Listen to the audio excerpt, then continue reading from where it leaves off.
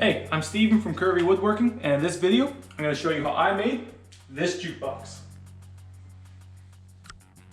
Alright, let's get right down to business. So to start off, I'm going to make the exterior frame of the jukebox. So to do this, I make a jig where I put a screw in the middle of the board and I attach a router to the end at a 12-inch radius. Now I'm going to get 3 equal cuts just by following this template time and time again. Once I'm done with that, I'm going to take it over to the table saw, cut out the individual portions, along with plan ahead and start to cut out the door shape. So you can see I cut this portion into 2 pieces. That's going to be the light backing along with the actual door template. The next cuts are going to just be straightforward square cuts that are going to be on the sides of the jukebox. So I'm going to plan a bit ahead and I'm going to put pocket holes up and down the sides of the wall. That's going to allow me to adjust the shelf height because all I'm going to do is insert small nibs in there that will support the full shelf. Once those are done, I'm going to look to start to cut the wiggle board. So the wiggle board is going to be the most complicated piece to install because it's actually going to be spanning over the top curvature of the jukebox. So I have to make sure I have a template that's pretty solid on both the front and the back that I can fasten this wiggle board to make sure it is a solid piece. Now the 2 side pieces I cut earlier were 3/4 and the wiggle board was a 3/8. So what I did to make it more rigid as well was put 2 pieces of 3/8 wiggle board on top. Between the 2 I put a solid piece of glue so it acted as a laminate. It's no longer going to move.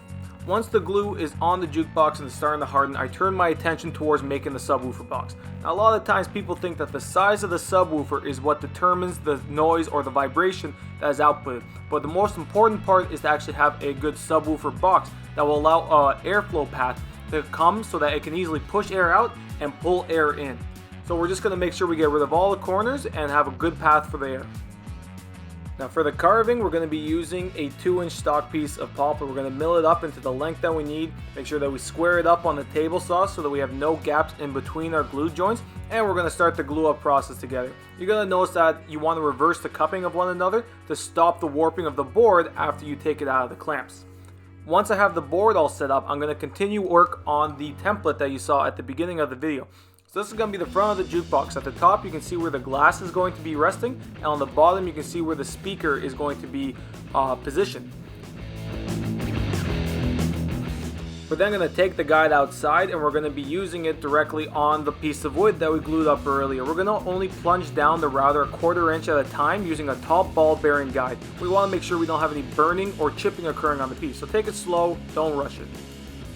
The design for the jukebox face is going to be a geyser pattern. I want to make it seem as though the music is coming out of the ground, kind of expanding into the sound. It sounds a little bit weird, it's just what I had in mind at the time, so we'll just go with it. I'm going to take 3 passes total when I'm using the cut-saw grinder disc. It's a carbide teeth, so it doesn't clog up while you're using it. First one just to rough bulk the material out. Then I'm going to take 2 more passes with this disc just to kind of smooth out the shape and make it more consistent throughout.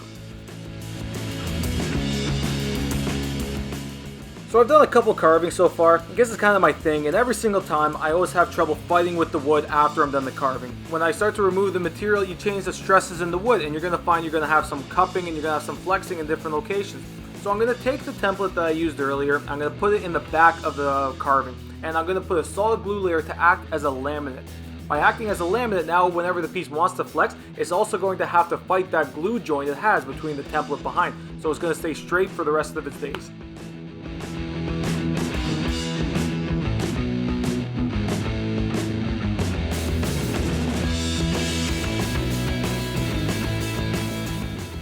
One of the more difficult steps besides the carving on this project was making the design to hold the speaker cover. I didn't want to just put a hole in it, so I wanted to make a unique design. So I decided to go with the web pattern. So I'm going to start to drill off every single hole where I want to be able to plunge my jigsaw cutter. So I'm going to now cut out the template. And the same idea I used with the carving when I cut out the template is going to be the same idea with this. I'm once again going to use this as a template and plunge the router in deeper and deeper to make sure I have a perfect cut when it goes onto the final product.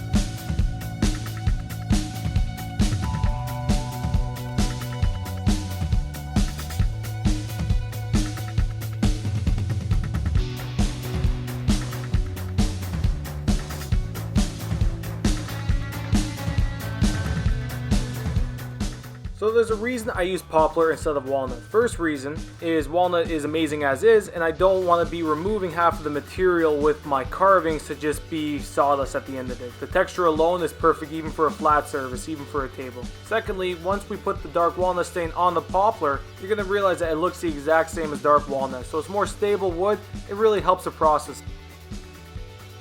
There's a lot of moving parts in this project, so I'm going to be jumping from place to place. So once we have the jukebox door and the subwoofer complete, I'm going to cut out the holes for the speakers on the side. I don't have enough room in the front. You can see it's being taken up by the subwoofer and the subwoofer box, so we decided to place them on the side.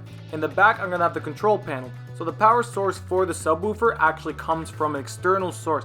That helps us in my situation. Now I'm not going to be overloading the amplifier I want to put in place. Once the holes are cut out for that, I'm going to start to look at the veneer for the curved jukebox piece along the top and the side. I couldn't cut this out of a solid piece, obviously, because of the curvature, and you don't have any laminate pieces when you're talking about having a wiggle board. So to do that, we put contact cement on both sides, and we make sure that we have a solid grip. So we like to just run our hands across it as much as we can. Once we're done setting everything up and we have a firm contact, I'll take a couple passes through with a roller just to make sure that there's no bubbling occurring, because you're going to have those bubbles protruding a couple years down the line. To clean up the laminate, I'm going to use a bottom guided router bit on the router, and that's just going to make everything flush with the solid piece of wood behind the veneer.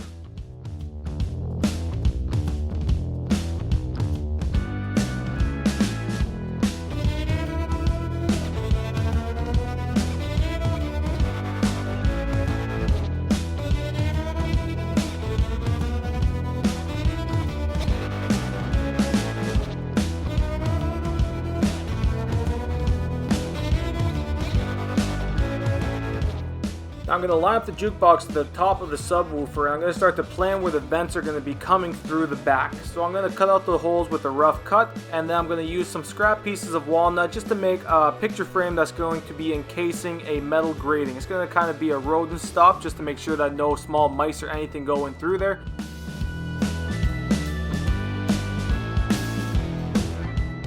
Next piece of the lumber I'm going to start to mill is going to be another carving. I want to get some side guards on these things that come from the door and go to the back of the jukebox. So for that, I'm going to have a couple pieces of 2-inch walnut. I'm going to put an S design. You're going to see it start to curve at the top. That's going to tie into the bottom curvature as well. So similar to how I did the large carving, I'm going to just be using a cut saw bit, and I'm going to start to chip away at it. This time, because it's a smaller piece, I'm only going to do 2 passes before I start to sand.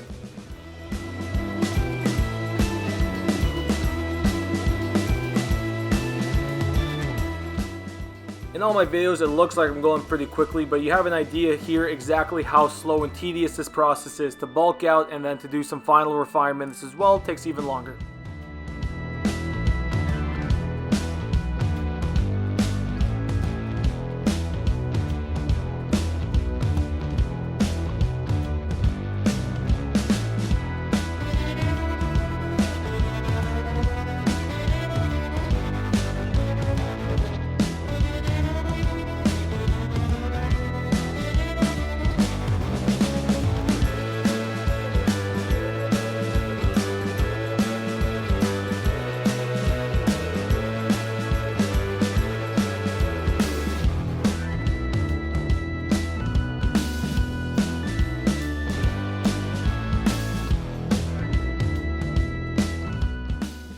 So now that we have the side guards installed on the jukebox, we have to remember that there are 2 components to the system, the jukebox and the door for the jukebox. So for this, I wanted to make it seem as though that decorative piece is wrapping around into the jukebox door, although the 2 are technically separate pieces. So I'm going to cut a couple pieces of the same walnut stock, and I'm going to glue them together to be a solid block. I'm then going to dado out a portion to make sure that it slides directly on top of the light backing. So if you imagine where the light backing, it's actually further deep than the carving that'll be protruding out. So now I'm able to put this in from the side and push it right up against so that there's no void in there and it ties directly into the side carving. Initially for the top, we were going to do the same glue up that we did for the side guards. However, this is the crown of the jukebox, so we wanted to do something special for it. We ended up getting a 4-inch stock piece of walnut. Once we fitted it to the top so that it slided directly against the carving, we then decided that we're going to start work on our 6th carving. For those keeping track, we got the 4 carvings on the side, the main carving in the front, and now this is going to be the crown jewel carving.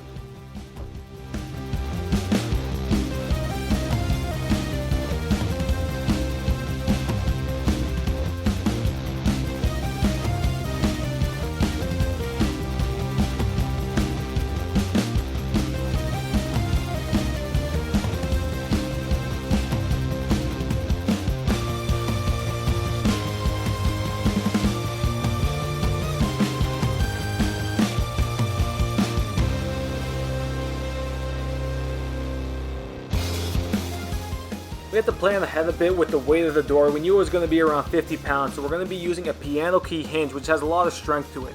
Once we have that installed, we're going to start to dado the outside. So we have to plan ahead in terms of where the lighting is going to go. We weren't just going to install a straight LED lighting, we're going to make sure that there's a plexiglass to get rid of the hot spots from the LED and make sure you have an even glow. So we put a dado around the entire outside that will now be able to accept the slot for the acrylic. So we're going to have to do a bit of a flashback on how I was able to house the exterior acrylic along the top curvature. I used the template we had earlier and I cut 4 thin strips of walnut, thin enough that I was able to easily bend it. I then put a layer of glue in between each of these walnuts and I clamped it to the exterior. Now this glue, once it dries and we strip off the clamps, it's going to act as a laminate and it's going to treat this as one rigid piece. It can no longer flex back to its original position and it will hold in that curvature. To install the straight pieces and the curved pieces, I marked out the location, make sure that we had a perfect cut, and I'm then going to drill in a dowel into the curvature along with the block pieces I cut earlier.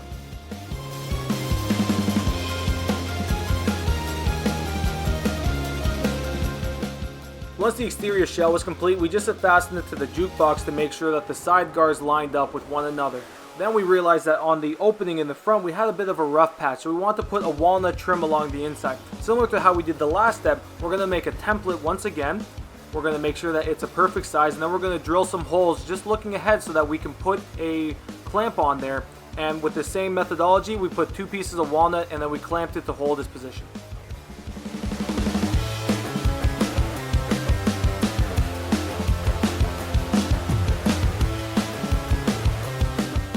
The finishing part of the project is always the best, so for this I'm going to be using an Osmo hardening wax. This is actually going to penetrate the grain and protect it from any moisture from entering into the wood. It's going to stop warping 5-10 years down the line.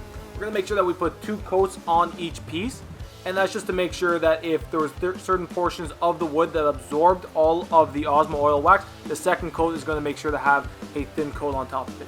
This also helps the grain pop and really allows you to see what the final product is going to look like.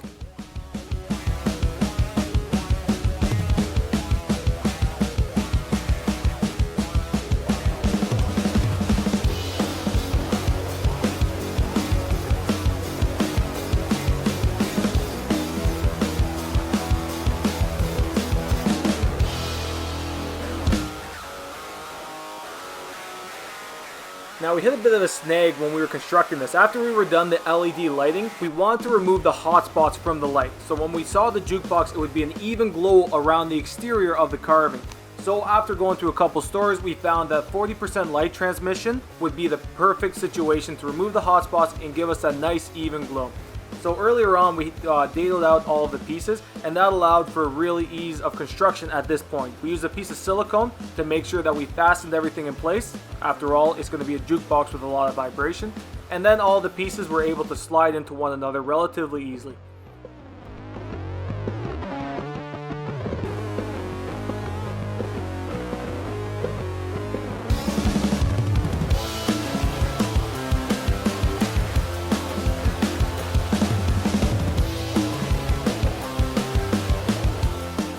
Now, when we turn on the final product, you can see rather than having those hot spots, as we mentioned earlier, it's a nice even glow throughout there. It has a retro look to it.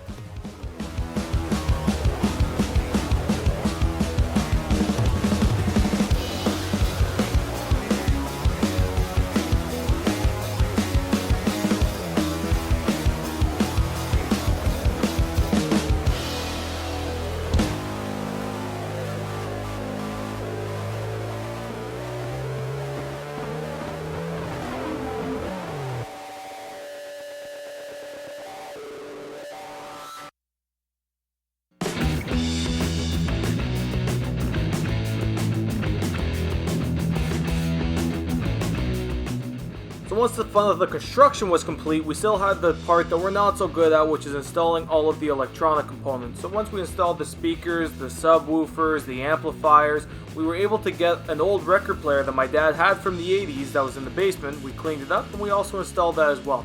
Now, with the new addition that we have is our new Curvy Woodworking logo. Curvy Woodworking got too long of a logo by itself, so that is going to be our new logo from this point on.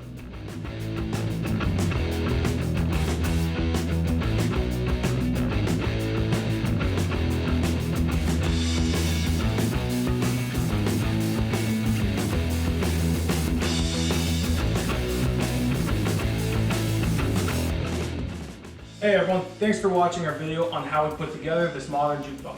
So to start off, I'll show you what we did on the inside. First thing that we did is we put our old record player in here. This is from the 80s. We had to clean it up, but it's still fully functional. Works perfect. Right below that, we have our CD player, our amplifier, and our subwoofer box. So this is what actually causes the vibration throughout the entire house. So next, we are going to show you the outside construction. First thing is we have to put the speakers on the outside because we didn't have any more room in the front. The next is there is a total of 6 curvy woodworking carvings in here. So the ones on the side have an S pattern. They tie in downwards towards the bottom, which then flare outwards as well. These 2 carvings tie into the front. We had a couple of nice pieces of walnut, so we kind of put them together on the sides to hold the lighting units. Those then tie into the front carving. So for the front carving, we made it look like a geyser pattern. So it kind of starts at the bottom, flares out the higher up it goes. This geyser pattern also ties in with our spider web design that we put for our subwoofer cover. If you work your way to the top, you're gonna see our top centerpiece of the jukebox. So this is a solid 4-inch piece of walnut. So we have some really nice end grains on the top over here, which also tie into the geyser pattern design. Now construction, record player, CD player aside, we also add in the option to put Bluetooth and to control it.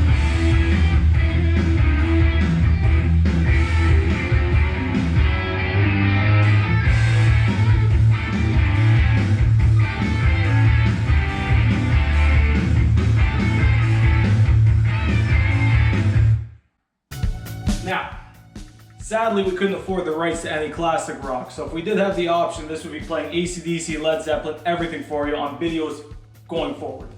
Now, the last thing that we added on this project was our brand new logo. So initially we used to write out curvy woodworking on all of our projects, but this time we switched it to this design, just a KW logo with a sawtooth around it. This was laser engraved into this piece of glass, so you're gonna see this on every project of ours going forward. Thanks for watching our video. This project took us around 4 weeks to complete. And we have a lot more projects coming up, both bigger and smaller. So if you did enjoy this, please be sure to subscribe, hit that alert button, along with like this video. Now, if you want some more content of what we completed previously, be sure to watch our liquor cabinet video.